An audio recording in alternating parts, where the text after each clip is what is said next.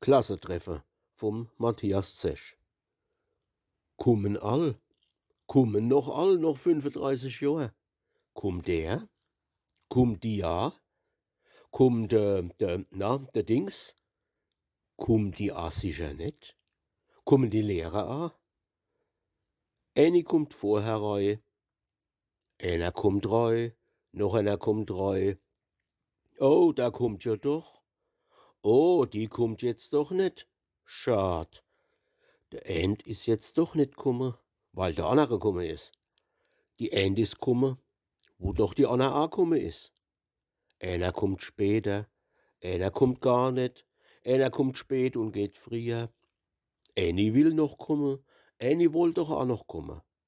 Einer kommt groß raus, einer kommt em kleiner vor, einer kommt dicker daher wie letzt Jahr, einer kommt wieder net zu Wort, einer kommt mir ganz schön dumm, einer kommt sich besonders schlau vor, einer kommt mit'm Anna schon wieder über Kreuz, eine kommt so richtig schick an, einer kommt arisch lumpisch daher, einer kommt und lacht und freut sich wie 'n König.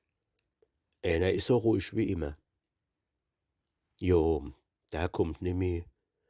Jo, der kann jo doch nimmi komme. Die kennt auch mal wieder komme. Frauen kommen später als wie Männer. Ha, ha, ha. Kommt 'n Frosch ins Milchlädel. Ach, komm er nicht mit denne alte Fetz. Komm mal rüber auf mei Seit vom Tisch. Kommt einer in Rage wegen der Politik. Und der is auch unter die Räder komme. Und eine is nicht drüber wegkomme. Und eine is dahinter komme. Oh, hör auf mit dem Triebe, komme.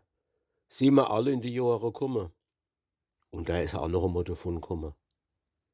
Kommen wir nächstes Jahr auch wieder. Kommst du, komm ich auch. Wer weiß, was noch alles kommt. Jo, wer weiß, was kommt. Jo, wer weiß, was bis dahin noch kommen kann. Komm jetzt endlich, wir fahren. Kommen gut heim. Allah dann.